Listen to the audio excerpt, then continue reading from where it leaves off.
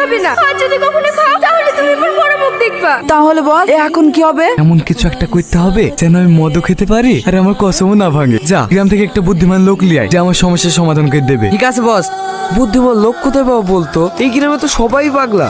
নেমে এসো বাবু, নামলেই তোমাকে চকলেটটা দিয়ে দেবো। তোমরা কিন্তু চলে যাবো বলছি, না হলে কিন্তু আমি গাছ থেকে লাফ মেরে মরে যাবো। না না, তোমাকে নামতে হবে না, তুমি ওখানেই বসে থাকো। এখানে কি হয়েছে ভাই? ওই যে তোর ভাইরা ভাই গাছ উঠে বসে আছে, ও আগে কেউ নামাইতে পারছে না। এই ব্যাপার।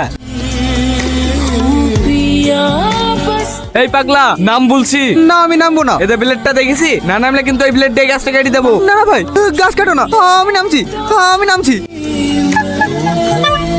বাহ, তুমি তো অনেক বুদ্ধিমান দেখছি। আমরা সবাই মিলে এই পাগলটাকে নামাতে পারলাম না, আর তুমি সামান্য এই ব্লেডের ভয় দেখে পাগলটাকে নামিয়ে দিলে।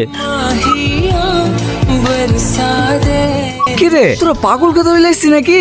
আরে না না বল, এই হচ্ছে আমাদের গ্রামের সব থেকে বুদ্ধিমান লোক, এমনকি পুলিশেও আর বুদ্ধির অনেক প্রশংসা করেছে।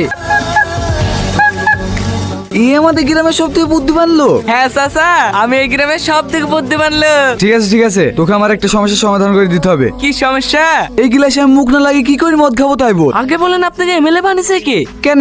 আমার শ্বশুর। তাই তো বলি, আপনার মতন মূর্খ লোক কোনোদিন এমএলএ হতে পারে? এই চুপ কর, কি করে খাবে সেটা বল। কি করে খাবে আবার? গিলাসটা হাতে ধরে হা করে খাবে। হ্যাঁ বস, আর কি করবো? শালা আমার দুর্নাম করছিল না, শালাকে বস্তা করে নদীতে ফেলতে হয়। একটু থাম, আর পাচ্ছি নি।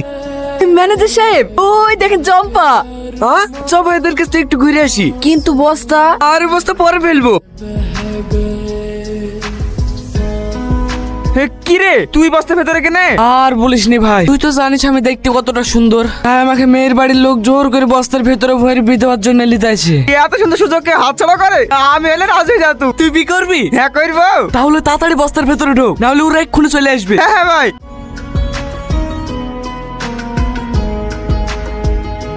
এই মামি, ওকে আমরা কদিন আগে বস্তা ভরে নদীতে ফেলতে আসলাম না? হ্যাঁ। তুই রোহন না? হ্যাঁ। তোকে যে আমরা নদীতে ফেলে দিই, শুনো তুই মরিস নি। আমি কেন মরবো? তুই এত সুন্দর মেয়ে কোথায় পালি? আরে তোমরা আমাকে নদীতে ফেলে দিয়েছিলে না, ওই নদীর তলে এই জলপরিকে খুঁজে পেয়েছি। হ্যাঁ ভাই, এই লাও আমাদের বীর মিষ্টি খাও।